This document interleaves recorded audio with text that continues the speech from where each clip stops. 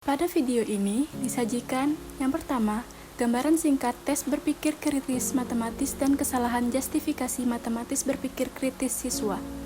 Yang kedua, soal tes berpikir kritis materi kesebangunan SMP disertai rubrik dan kunci jawabannya. Yang ketiga, hasil pekerjaan siswa yang salah, justifikasi pada kemampuan dasar pengambilan keputusan nomor 1 bagian IC dan inferensi atau kesimpulan nomor 1 bagian IF. Yang keempat, respon yang dimunculkan oleh Bu Guru Winda.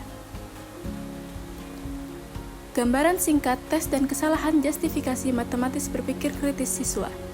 Bu Guru Winda memberikan soal tes berpikir kritis matematika kepada siswa SMP.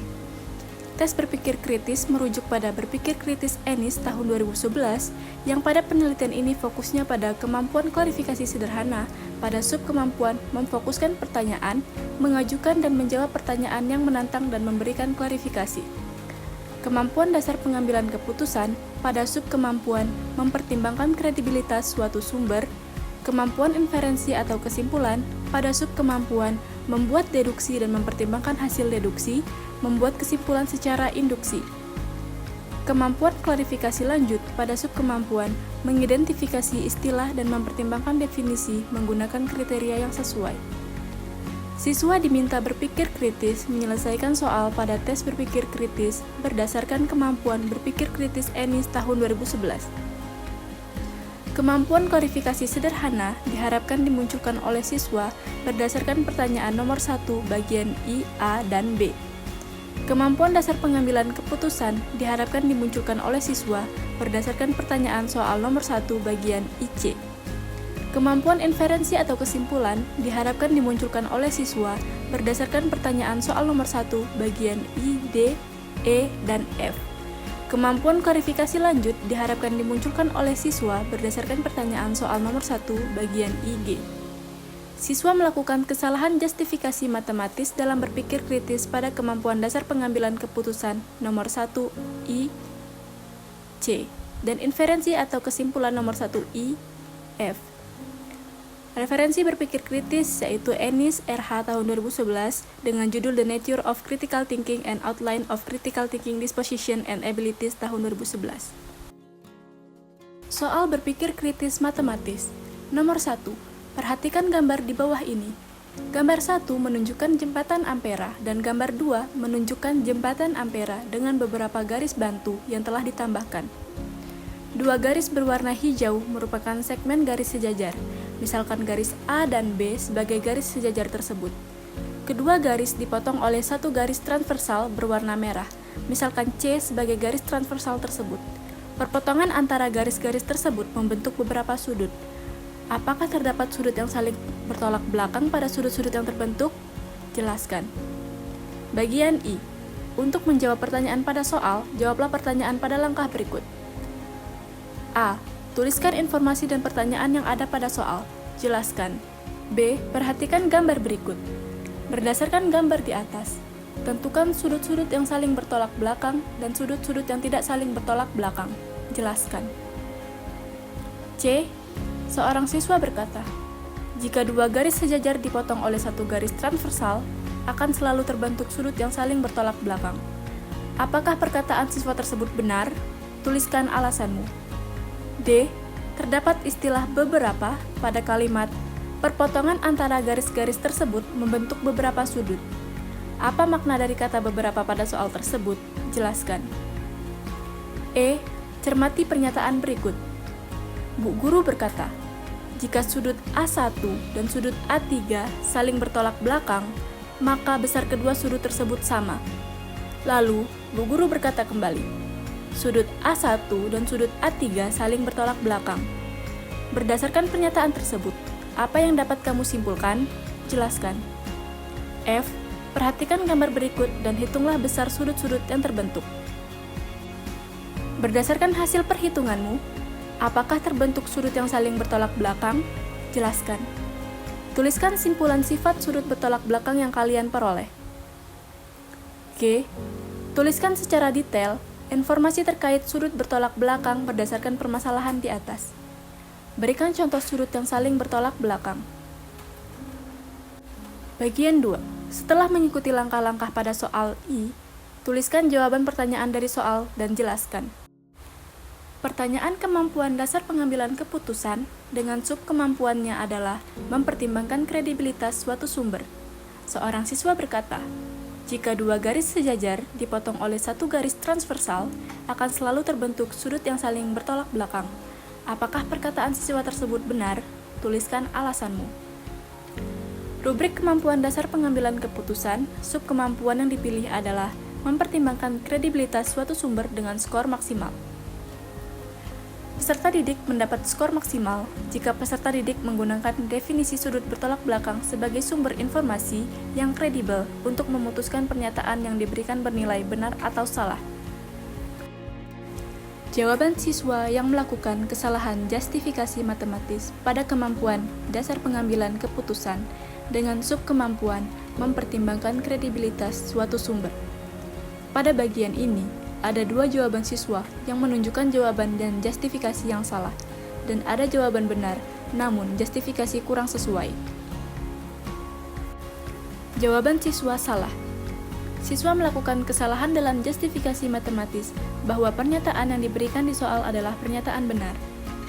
Berdasarkan hasil jawaban siswa tersebut, justifikasi yang dilakukan siswa adalah siswa menyatakan bahwa sudut bertolak belakang hanya terjadi pada dua garis yang berpotongan, letak berseberangan, dan besar sudut sama. Artinya, siswa mengetahui definisi dari sudut bertolak belakang. Namun, siswa tidak menggunakan definisi yang sudah kredibel tersebut sebagai dasar memutuskan bahwa pernyataan pada soal benar. Dengan kata lain, siswa tidak menggunakan definisi sudut bertolak belakang sebagai alat justifikasi matematisnya. Masih menurut siswa, jika dua garis sejajar dipotong oleh garis transversal, hanya terbentuk sudut sehadap, sudut dalam berseberangan, sudut luar berseberangan, sudut dalam sepihak, dan sudut luar sepihak. Fakta ini digunakan siswa sebagai alat justifikasi matematis yang menolak pernyataan dari soal.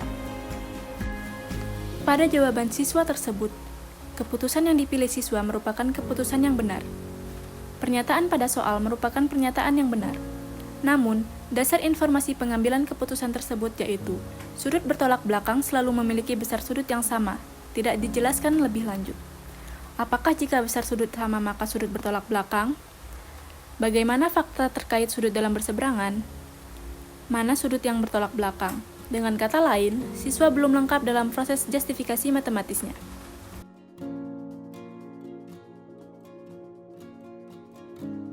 Mbak Aziza, tolong bacakan soal nomor 1 bagian C. Siap Bu Winda, seorang siswa berkata, jika dua garis sejajar dipotong oleh satu garis transversal, akan selalu terbentuk sudut yang saling bertolak belakang. Apakah perkataan siswa tersebut benar? Tuliskan alasanmu. Anak-anak, ingat kembali, apa itu sudut bertolak belakang? Sudut yang terbentuk ketika dua garis berpotongan.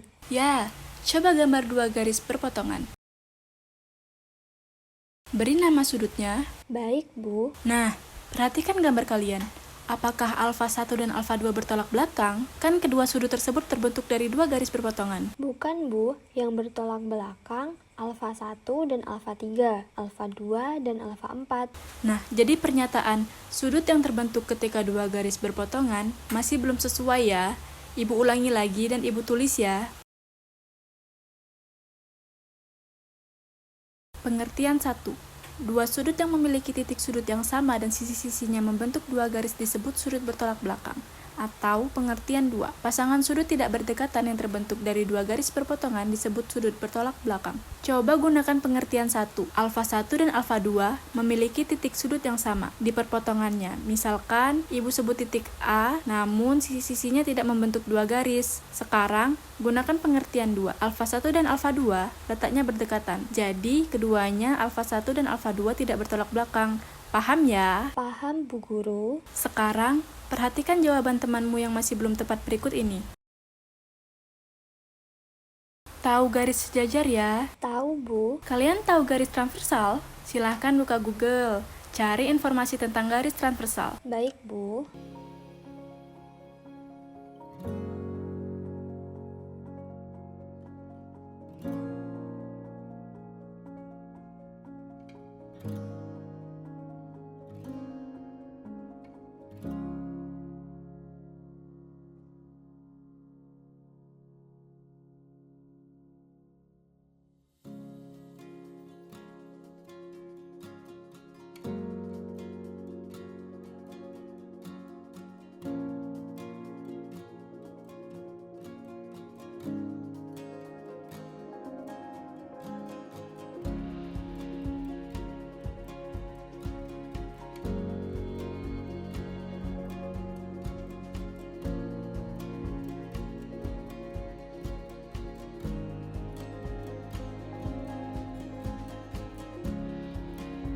Ceritakan tentang garis transversal berdasarkan informasi yang kalian peroleh.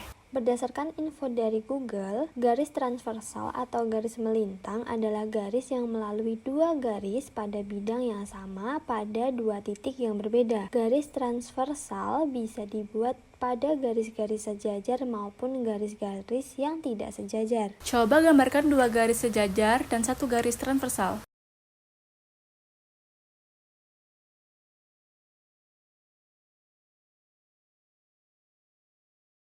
Ada sudut apa saja pada gambarmu itu? Sudut 1, sudut 2, sudut 3, sudut 4, sudut 5, sudut 6, sudut 7, sudut 8.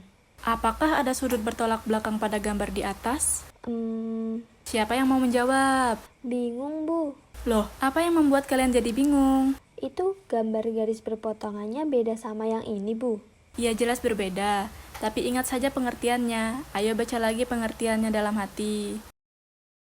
Kiki, baca ulang pengertian sudut bertolak belakang. Siap, Bu. Pengertian 1. Dua sudut yang memiliki titik sudut yang sama dan sisi-sisinya membentuk dua garis disebut sudut bertolak belakang. Atau pengertian 2, pasangan sudut tidak berdekatan yang terbentuk dari dua garis berpotongan disebut sudut bertolak belakang. Nah, gunakan pengertian tersebut untuk melihat gambar ini.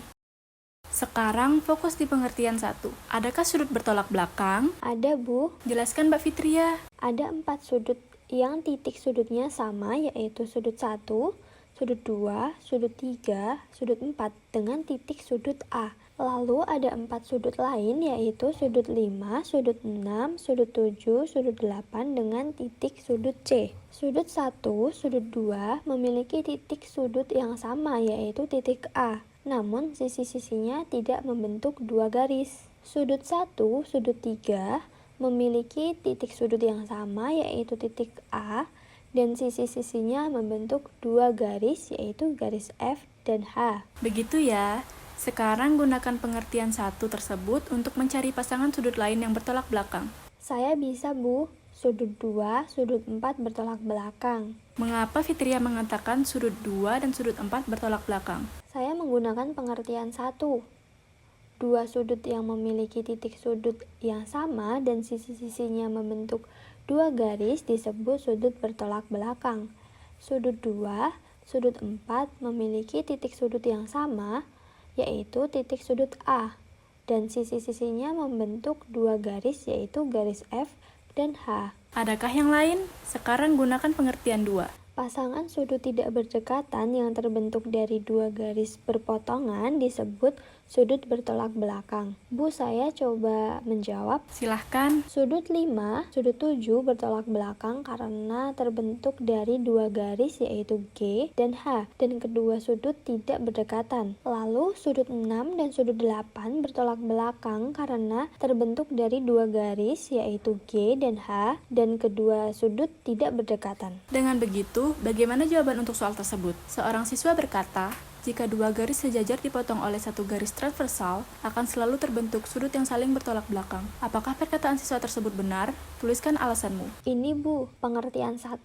Dua sudut yang memiliki titik sudut yang sama dan sisi-sisinya membentuk dua garis disebut sudut bertolak belakang. Berdasarkan pengertian 1 di atas, nampak bahwa sudut 1 dan sudut 3 memiliki titik sudut yang sama, yaitu A, dan sisi-sisi sudutnya membentuk dua garis, yaitu garis F dan garis H, sehingga sudut 1 dan sudut 3 merupakan sudut bertolak belakang. Berdasarkan pengertian 1 di atas, nampak bahwa sudut 2 dan sudut 4 memiliki titik sudut yang sama, yaitu A, dan sisi-sisi sudutnya membentuk dua garis, yaitu garis F dan garis H, sehingga sudut 2 dan sudut 4 merupakan sudut bertolak belakang. Berdasarkan pengertian 1, sudut 5 dan sudut 7 memiliki titik sudut yang sama, yaitu di titik C, dan sisi-sisi sudutnya membentuk dua garis, yaitu garis G dan garis H, sehingga sudut 5 dan sudut 7 7 merupakan sudut bertolak belakang. Berdasarkan pengertian 1 di atas, sudut 6 dan sudut 8 masing-masing memiliki titik sudut yang sama, yaitu di titik C. Dan sisi-sisi sudutnya membentuk dua garis, yaitu garis G dan garis H, sehingga sudut 6 dan sudut 8 juga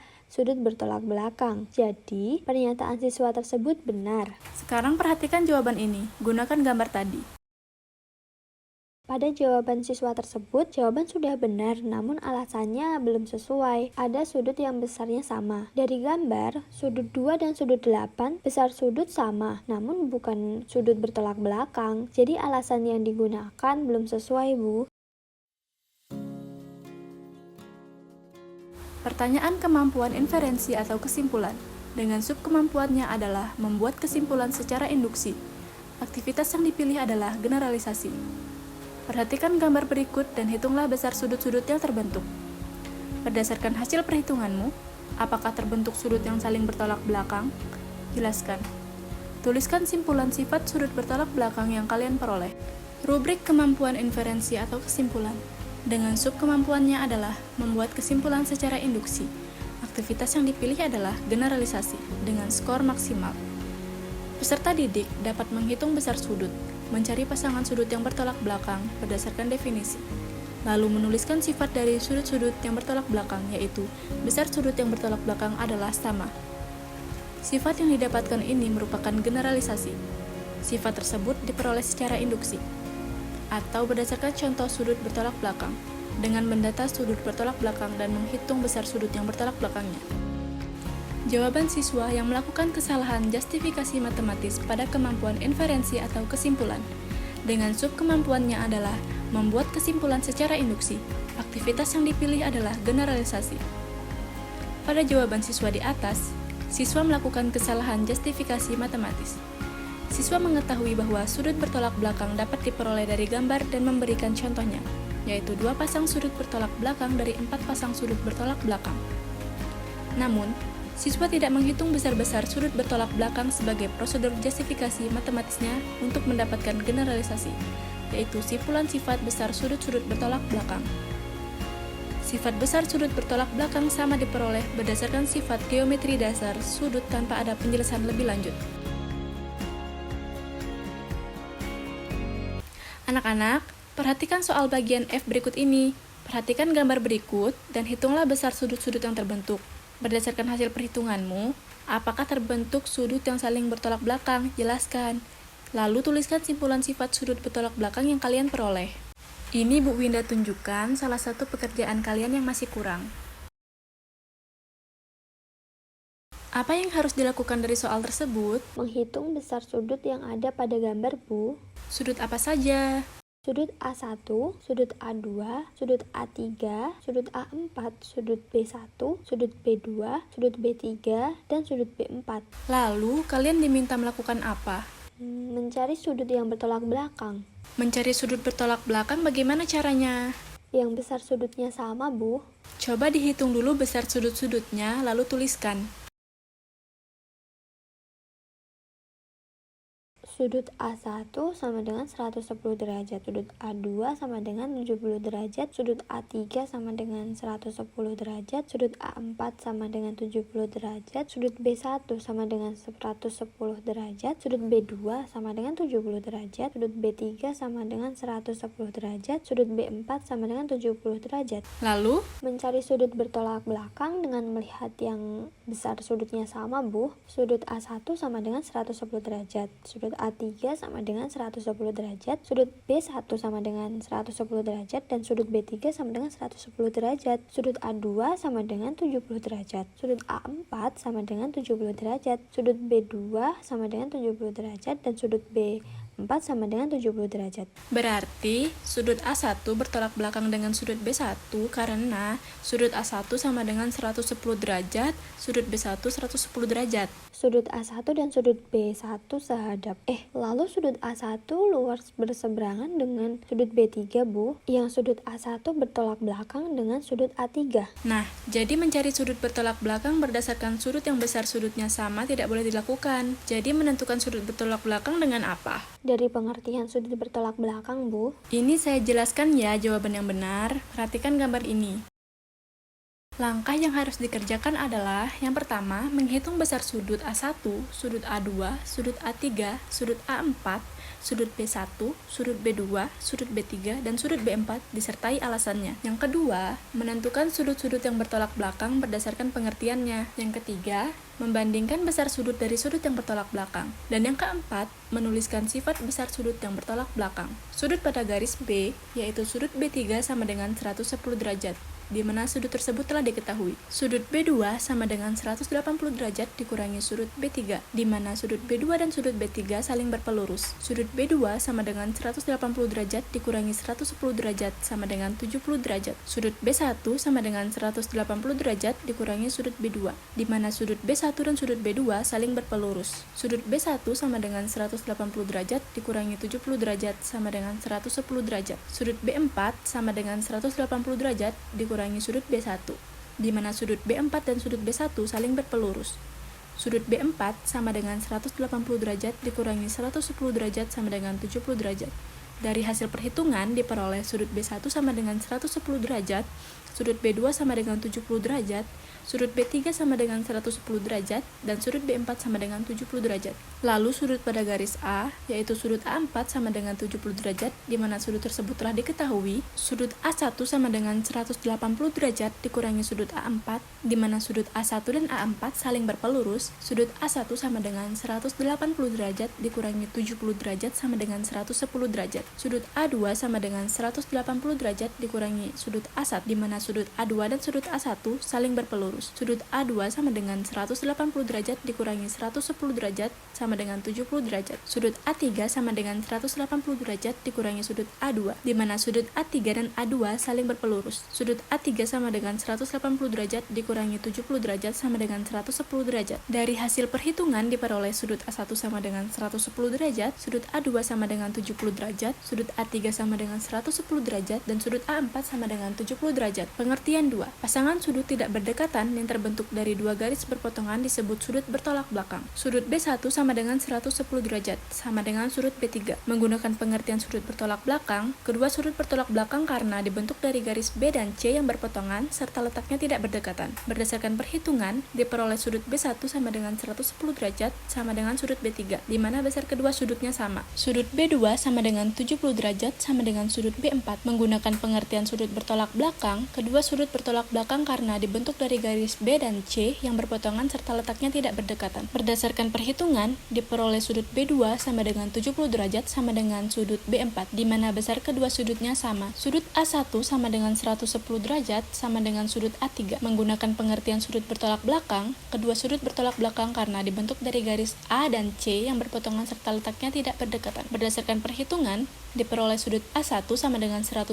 derajat sama dengan sudut A3, di mana besar kedua sudutnya sama. Sudut A2 sama dengan 70 derajat sama dengan sudut A4. Menggunakan pengertian sudut bertolak belakang, kedua sudut bertolak belakang karena dibentuk dari garis A dan C yang berpotongan serta letaknya tidak berdekatan. Berdasarkan perhitungan, diperoleh sudut A2 sama dengan 70 derajat sama dengan A4, di mana besar kedua sudutnya sama. Berdasarkan keempat pasang sudut bertolak belakang di atas, dapat disimpulkan bahwa dua sudut yang bertolak belakang memiliki besar sudut yang sama.